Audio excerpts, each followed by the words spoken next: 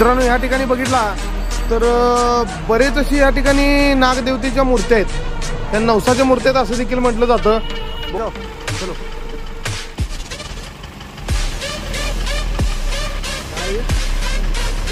मित्रांनो माझ्या मागे तुम्ही बघू शकताय अतिशय उंच असं हनुमानाचं हे स्टॅच्यू आहे।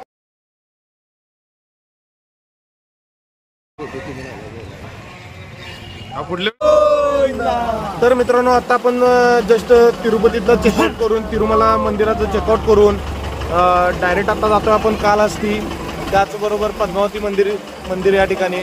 तर चला तर पूर्ण तुम्हाला मी कालहस्ती मंदिराची प्रत्यक्ष त्या ठिकाणी पोहोचल्यानंतर तुम्हाला माहिती देण्याचा प्रयत्न करतो।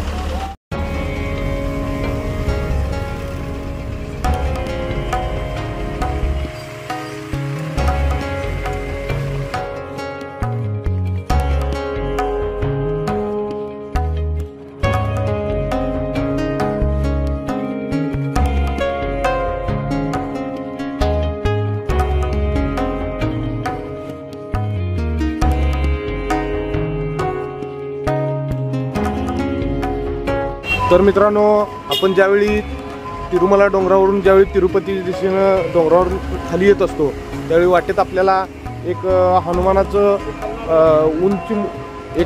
उंच असणारी एक मूर्ती दिसते। तर त्या ठिकाणी आता थांबले, हनुमानाचं सुंदर असं या जंगलात मंदिर आहे। या ठिकाणी बरीच हरणं काळवीट वगैरे आपल्याला बघायला मिळतात, ते देखील आता आपण बघतोय। चला तर मंदिर नेमकं कसं आहे आपण बघून घेऊ। मित्रांनो माझ्या मागे तुम्ही बघू शकताय अतिशय उंच असं हनुमानाचं हे स्टॅच्यू आहे।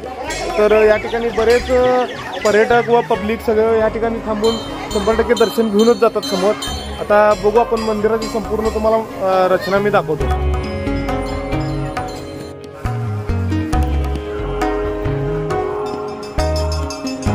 हा नवसाला पावणारा मारुती असं समजलं जातं, त्यामुळे या ठिकाणी बरीचशी आपल्याला गर्दी बघायला मिळते।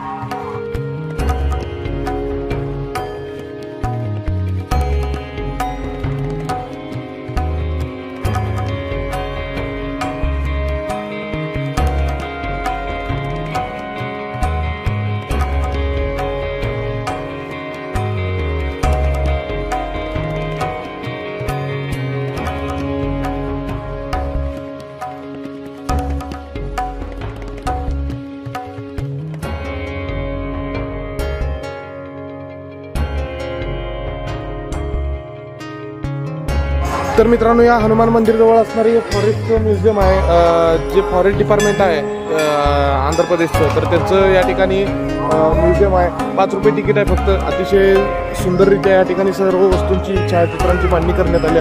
तुम्ही देखील या ठिकाणी एकदा नक्की दिशेने जर खालून आलं तर ह्या जो लोक जे भाविक चालत वरती येतात, तर ते वरती येणाऱ्या लोकांसाठी या ठिकाणी चालताना ऊन लागू नये या उद्देशानं इथल्या तिरुपती देवस्थानानं अतिशय उत्कृष्ट अशी व्यवस्था केलेली आपल्या या ठिकाणी पाहायला मिळते।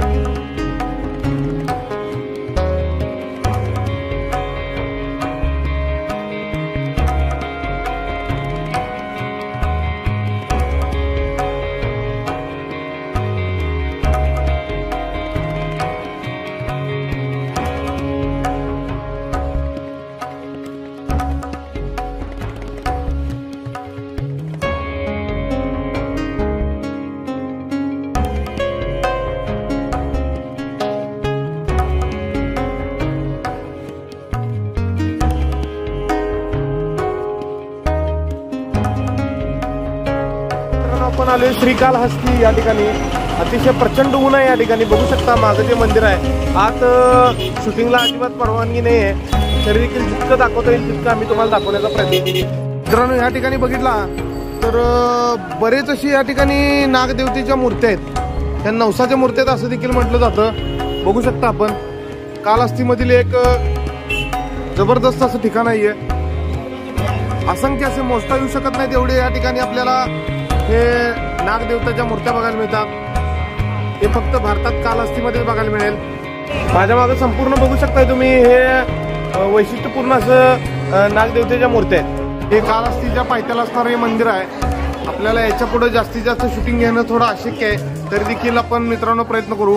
माझ्या मागे असणाऱ्या पायऱ्यांवरून वर गेल्यानंतर कालहस्तीचं दर्शन आपल्याला होतं. कालहस्ती म्हणजे शंकराचं पुरातन शंकराचं शिवलिंग आहे.